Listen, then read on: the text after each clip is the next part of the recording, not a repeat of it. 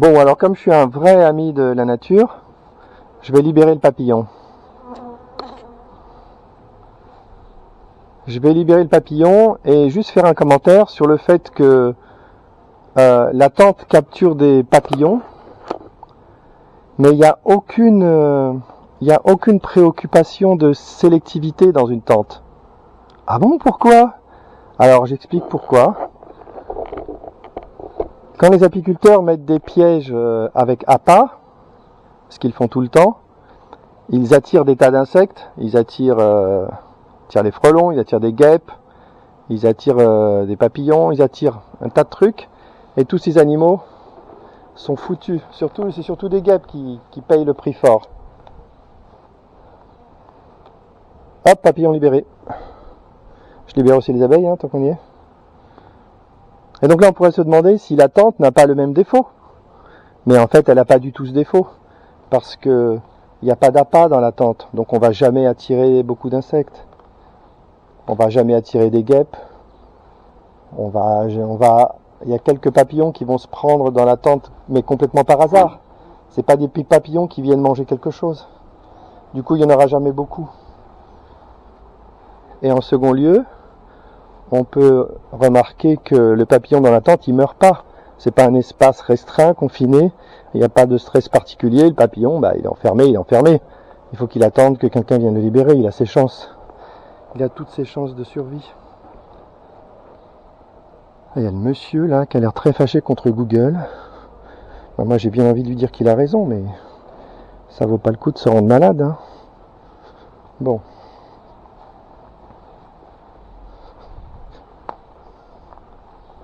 Alors, j'ai fini ma vidéo.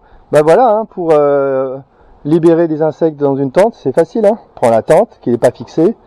Je rappelle que la tente ne doit pas être fixée à la ruche pour éviter de la renverser, même si une ruche horizontale, ça m'étonnerait que ça arrive. Ah, je l'ai mise à l'envers, super. Je vais vous montrer comment je corrige. Rapidement. Je reprends la tente et je la mets dans l'autre sens. La petite porte est contre la ruche et la grande porte est de l'autre côté. Voilà. Et voilà.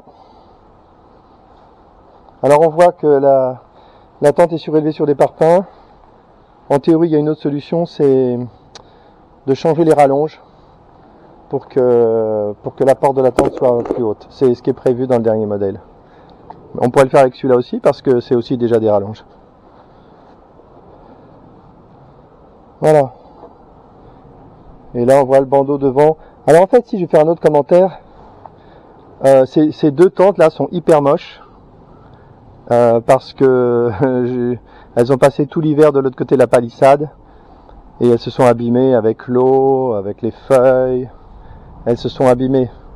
Donc la règle qu'il faut suivre, que j'avais déjà comprise la saison passée, c'est que les tentes en hiver, il faut les démonter et les conserver au sec et à l'abri de la lumière. À l'abri de la lumière parce que les tubes en PVC ne vieillissent très mal avec la lumière. Ils durcissent et ils se détruisent quoi. Voilà, donc à noter, à mettre dans le mode d'emploi.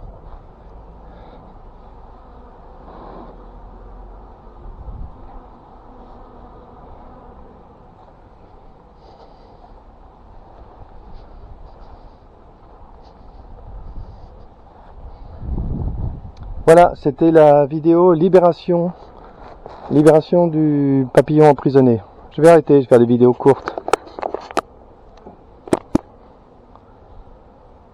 Courtes mais quand même 4 minutes.